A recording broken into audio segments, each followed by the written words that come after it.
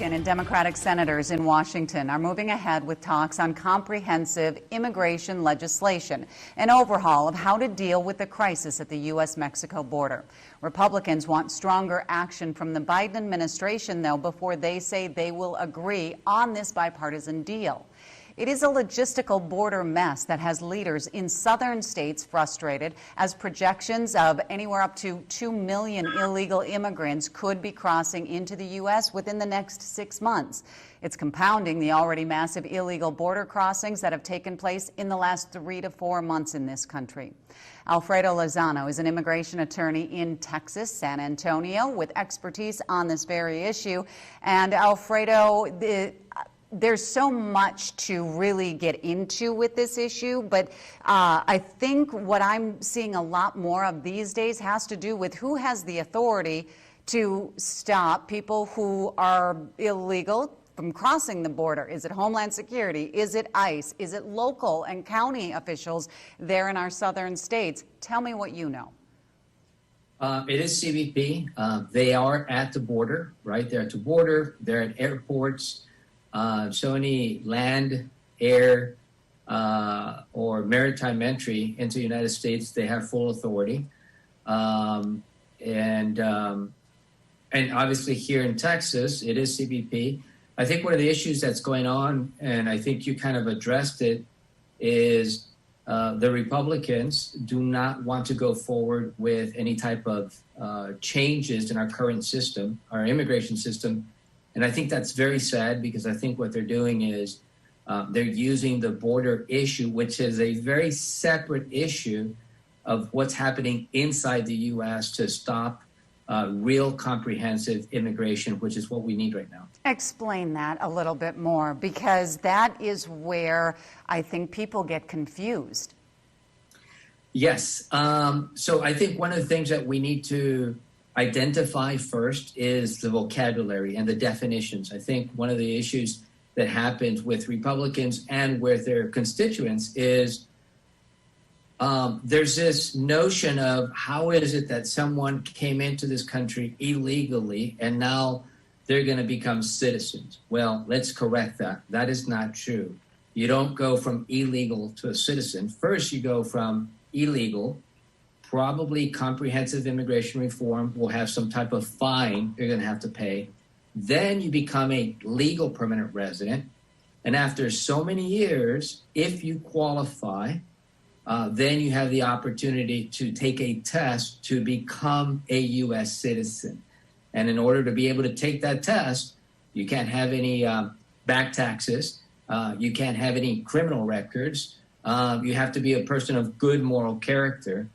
So when you hear on the news, on national, local TV, that this person just became a U.S. citizen, they were thoroughly vetted by the U.S. government, and obviously they had to pass a test. Alfredo, the opposition to what you're saying would be, though, and this is what we keep hearing, is that once they're already here, there has to be a place for them, and there has to be money to house them, feed them, and until that whole process that you just explained happens. And that therein lies the bigger problem. Yeah, I think so. And you're correct. That's a border issue, which is very separate from what do we do with these people that have lived in this country for 10, 15 years. I'll give you a great example. I consulted with a gentleman about 2 years ago.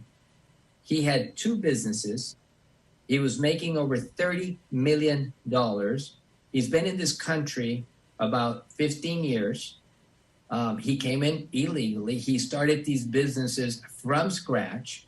He was employing dozens and dozens of U.S. citizens, and he had no relief. There was no solution for him to become a legal permanent resident. So that's why I'm being very specific of separating what's inside the U.S. and versus what's at the border. Now let's discuss the border. Yes, a lot of children have been allowed to enter the United States. And I think whether, you're a mother in the U.S. or a mother in Africa or in Germany or in Italy, we're talking about children. And unfortunately, these children It's not their fault of what's happening in their country, or that they may be subject to some type of some extreme danger in their home country. They're approaching our borders. They're asking for help. And I think that's where we as Americans need to make a determination. What kind of nation are we going to be when you've got a 12-year-old, a 14-year-old at your door asking for help? Do you just push them away and turn them away? Or do you say, no, we'll let you in. Let's see what we can do. Let's see what we can do to help you. And the truth is 60 to 80% of these children that are approaching the border, they already have somebody to live with. So it's not they're going to be in a facility for 3, 6, or 9, or 10 months. The reality is they're in this facility, and unfortunately they're stuck in this facility right now because we don't have enough people helping them transition from facility to maybe their parents are already here, maybe an uncle, an aunt. So a large percentage of them already have family members in the U.S. Alfredo, let me take a quick break if we can. Stay with me for just 2 minutes. We've got more to discuss on this issue, and we'll do that just right after the break, okay? Continuing my conversation on immigration versus the border crisis, and I say versus because they are two separate issues, with Alfredo Lozano, who's an immigration attorney in San Antonio, Texas. Texas knows very well the issues that we are facing in this country because a lot of people who are crossing into this country illegally do it at the Texas border. Alfredo, we're talking about immigration versus the border crisis, and right now I really want to focus on the border crisis. Before the break, you were talking about the kids who are coming. What about, we keep hearing the drug cartels using these kids to cross the border. There's more sympathy for children, and that's another problem with this. Yeah, I don't have all the facts as far as at what level the drug cartel, the drug cartels are penetrating the system or are involved in the system. I wouldn't doubt it that it is happening at a certain level. Is it 10% of the children, 2% of the children? I don't know that. But I can tell you that a large percentage of the children that are coming to the U.S. right now, the majority of it is because of insecurity in their home country.